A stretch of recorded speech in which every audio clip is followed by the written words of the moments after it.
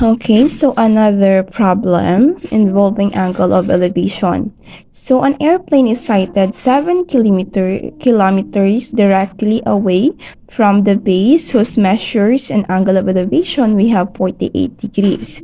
So we have the distance here from the base to the airplane, which is 7 kilometers.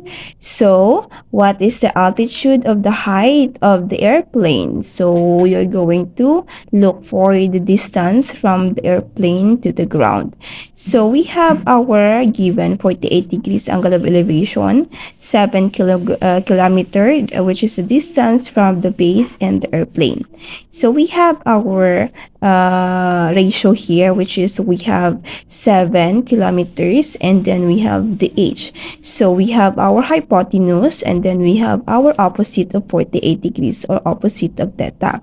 So we have our hypotenuse and the opposite. So we have our ratio, which is opposite over hypotenuse. So we are going to use the acronym, which is SO, or sin theta is equal to opposite over hypotenuse. So we have here, we are going to use the sin.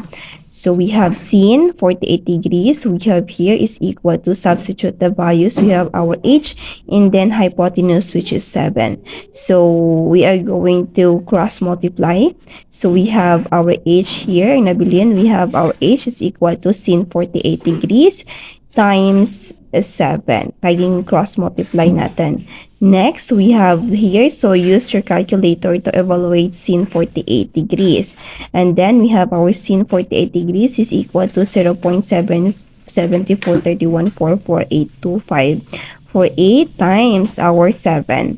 So multiply. So we have our h, we have our altitude is equal to 5.20 kilometers. So therefore, the height of the airplane from the ground is we have 5.20 kilometers. So therefore, the altitude of the airplane is 5.20 kilometers.